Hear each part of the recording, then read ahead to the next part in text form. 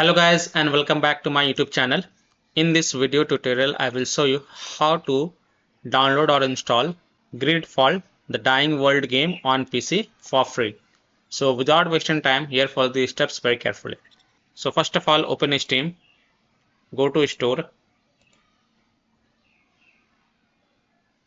and in search the store, search for GreedFall, the Dying World, and then click on the game.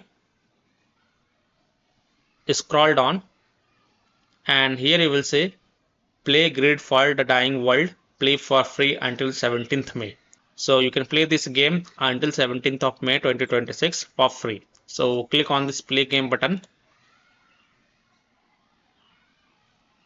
And here you can see GreedFall, the Dying World, and the file size is 65.62 GB. So click on install and then go to library.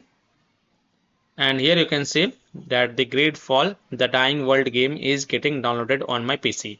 So I hope by following these steps, you can also download GreedFall, the Dying World for free via the Steam launcher on PC and play the game until 17th May 2026. So that's all for this video.